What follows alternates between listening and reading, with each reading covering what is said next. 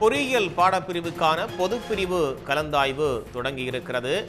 கூடுதல் விவரங்களோடு செய்தியாளர் பிரபாகரன் இணைப்பில் இருக்கீங்க. விரிவான தகவல்.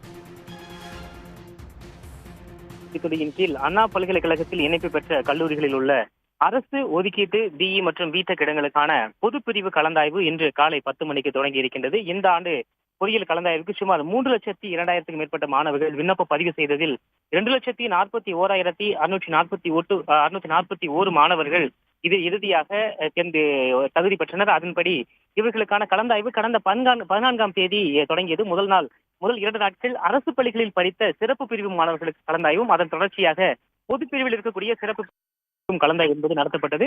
தற்பொழுது பொதுவாக மற்ற இருக்கக்கூடிய பொதுப்பிரிவில் இருக்கக்கூடிய அனைத்து மாணவர்களுக்கும் கலந்தாய்வு என்பது தொடங்கி இருக்கின்றது. இன்றைய கலந்தாய்வை பொறுத்தவரை தரவரிசை எண் 1 39,145 வரை மாணவர்கள் கலந்தாய்வில் கலந்து கொள்கின்றார்கள்.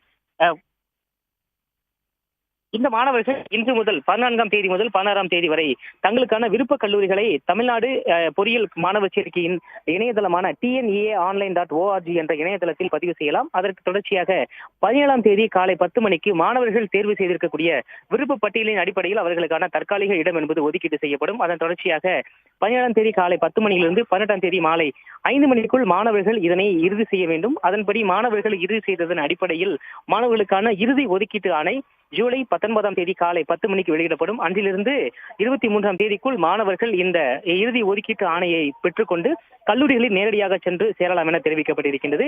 ஒருவேளை அந்த கிடைக்கக்கூடிய கல்லூரியிலிருந்து மேம்பட்டதாக, அதாவது அப்வர்டு கொடுக்கக்கூடிய மாணவர்களுக்கான அந்த வாய்ப்புகளும் கொடுக்கப்படும். அப்வர்டு கொடுத்த மாணவர்களுக்கு ஜூலை 26ஆம் தேதி அவர்களுக்கான அந்த ஒதுக்கீட்டு ஆணை வழங்கப்படும். அதன் தொடர்ச்சியாக அதிலிருந்து 5 நாட்களுக்குள் மாணவர்கள் சென்று கல்லூரியில் சேர்ந்து கொள்ளலாம். இதே போல அரசு பள்ளியில் படித்து 7.5% இடஒதுக்கீட்டில் கீழ் வரக்கூடிய மாணவர்களுக்கு இன்று தரவரிசை எண் 1 2,662 வரை இருக்கக்கூடிய மாணவர்கள் கலந்து கொள்வார்கள்.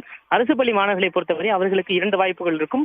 பொது பிரிவிலும் அவர்கள் கலந்து கொள்ளலாம், அரசு பள்ளி மாணவர்களுக்கான சிறப்பு பிரிவிலும் அவர்கள் கலந்து கொள்ளலாம். எனவே அவர்கள் 2 பட்டியலை தயார் செய்ய வேண்டும். அதன்படி அதில் அவர்களுக்கு சிறந்த கல்லூரியாக அவர்களுடைய விருப்பத்தின்படி என்ன இருக்கின்றதோ அதனை இந்த ஒதுக்கீட்டு ஆணை என்பது மாணவர் சேர்க்கை குழு வழங்கும். அதே போல தொழிற்கல்வி பிரிவில் இருக்கக்கூடிய மாணவர்கள் மொத்தம் 2,342 மாணவர்கள் பதிவு செய்திருக்கின்றார்கள். அரசு பள்ளிகளில் பயின்று தொழிற்கல்வியின் கீழ் 524 மாணவர்கள் வந்திருக்கிறார்கள். இவர்கள் அனைவருக்கும் இந்த கலந்தாய்வு தொடங்குகின்றது. 14ஆம் தேதி முதல் விருப்ப கல்லூரியை தேர்வு செய்தல், தொடர்ச்சியாக அதனை இறுதி செய்து 19ஆம் தேதி மாணவர்களுக்கான இறுதி ஒதுக்கீட்டு ஆணை வெளியிடப்பட இருக்கிறது.